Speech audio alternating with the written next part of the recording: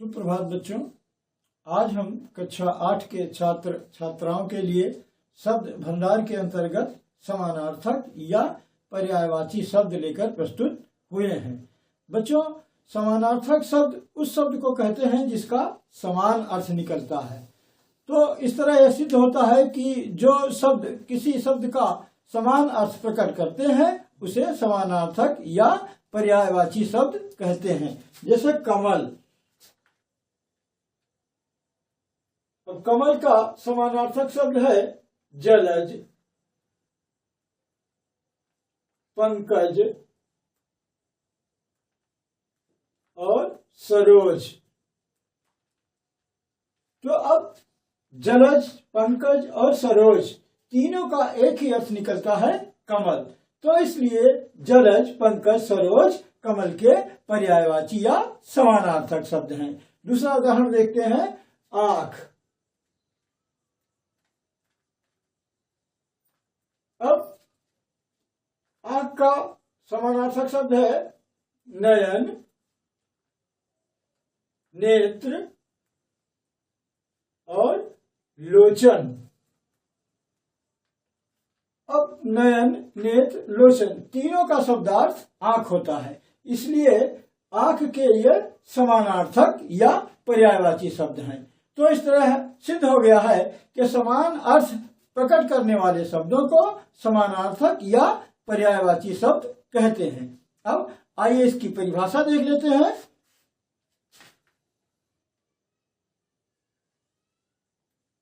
समानार्थक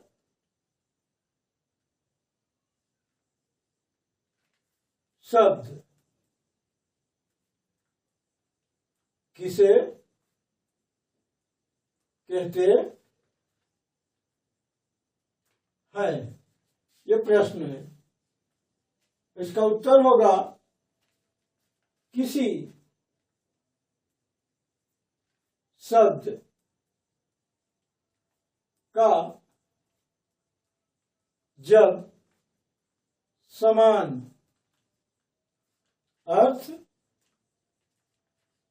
निकलता है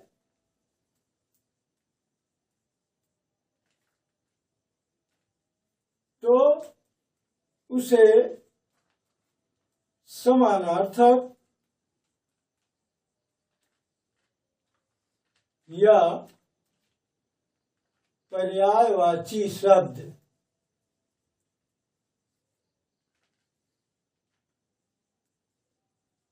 कहते हैं। जैसे कमल का आपको बताया गया, कमल का पर्यायवाची या समानार्थक शब्द है जलज, पंकज और सरोज।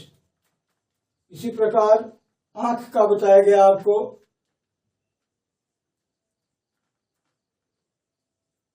आंख का पर्यायवाची है नेत्र, नयन और लोचन। तो इस तरह आपको समानार्थक या पर्यायवाची शब्द की परिभाषा भी समझ में आ गई होगी कि समानार्थक शब्द किसे कहते हैं। उत्तर है किसी शब्द का जब समान अर्थ निकलता है तो उसे समानार्थक या पर्यायवाची शब्द कहते हैं। जैसे कमल का जलज, पंकज, सरोज। आंख का समानार्थक या पर्यायवाची शब्द है नेत्र, नयन, लोचन। अब आइए कुछ हम महत्वपूर्ण समानार्थक या पर्यायवाची शब्दों के बारे में जान लेते हैं। तो अभी मैंने आपसे कुछ अन्य महत्वपूर्ण समानार्थक या पर्यायवाची शब्दों के जानने के बारे में चर्चा की, तो आइए उसका प्रारंभ करते हैं। जैसे आग।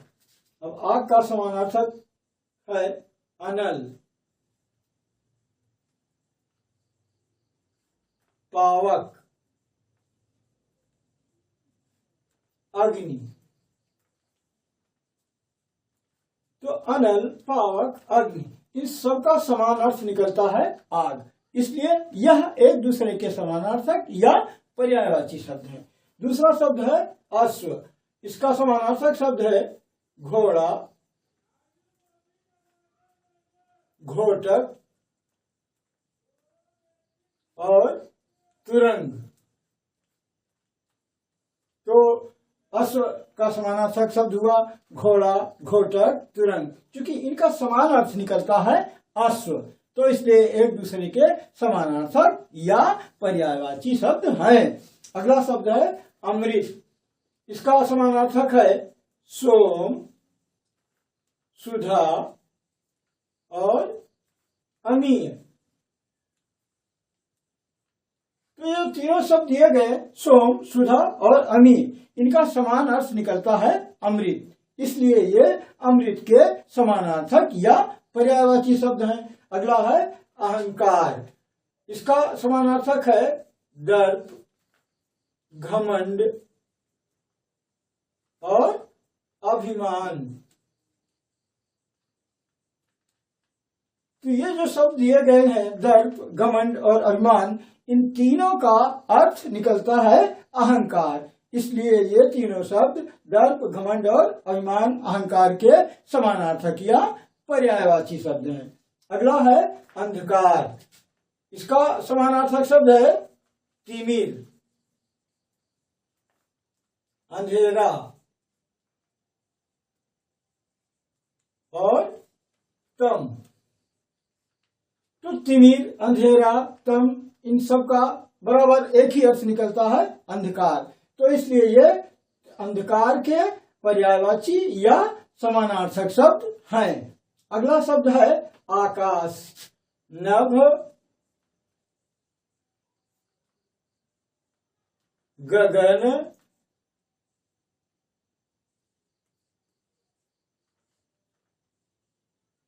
और अंबर।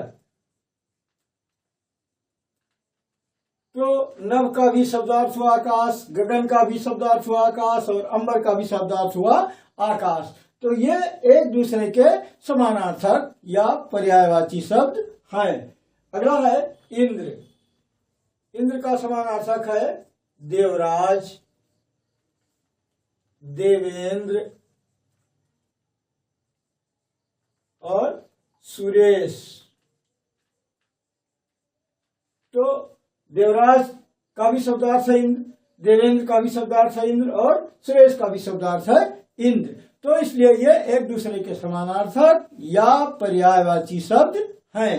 अब अगला शब्द देखते हैं इच्छा।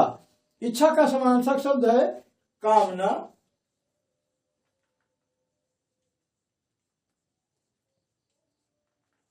चाह और अभिलाषा।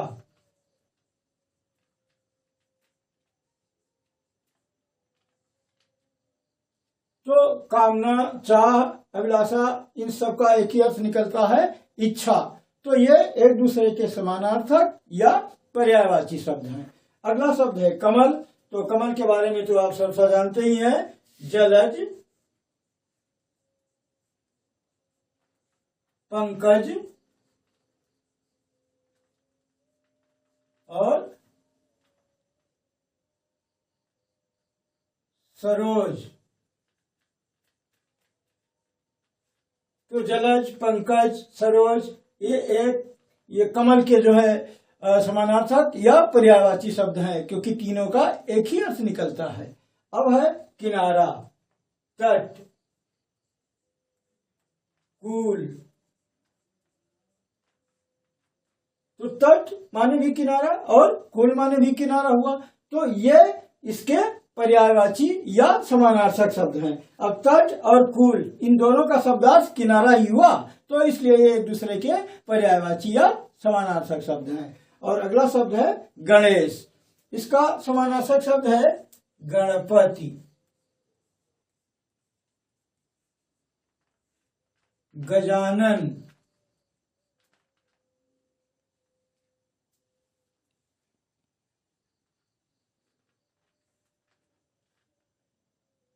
एकदंत।